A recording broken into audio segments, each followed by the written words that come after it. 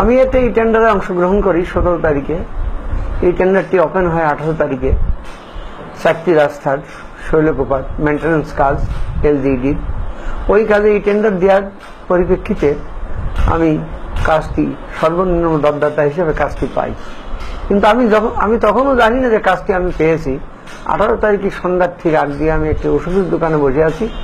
হঠাৎ করে দেখা যাচ্ছে শৈলকুপার থানার যুবলীগ, ছাত্রলীগ, স্বেচ্ছাসেবক লীগের যারা নেতৃবৃন্দ আছে, সভাপতি, সেক্রেটারি, এরা এসে আমাকে লোহার রড, হাতুড়ি এইসব দিয়ে আক্রমণ করে। তার মধ্যে উল্লেখযোগ্য হল আসাদ এমপি, উল্লেখযোগ্য কর্নেল, উল্লেখযোগ্য হল সায়ন। এরাই ছাত্র নেতৃবৃন্দ 10-12 জন এরা এসে ছাত্র যুবলীগ এরা এসব করে।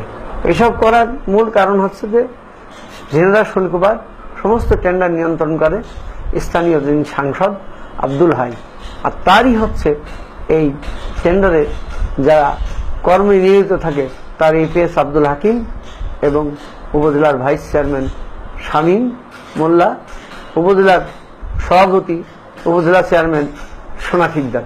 যারা আমাকে আঘাত করেছে সবাই সোনা শিকদার এবং শামীম মোল্লার লোক। তারা সবাই ছাত্রলীগ, যুবলীগ, স্বেচ্ছাসেবক লীগের নেতৃবৃন্দ।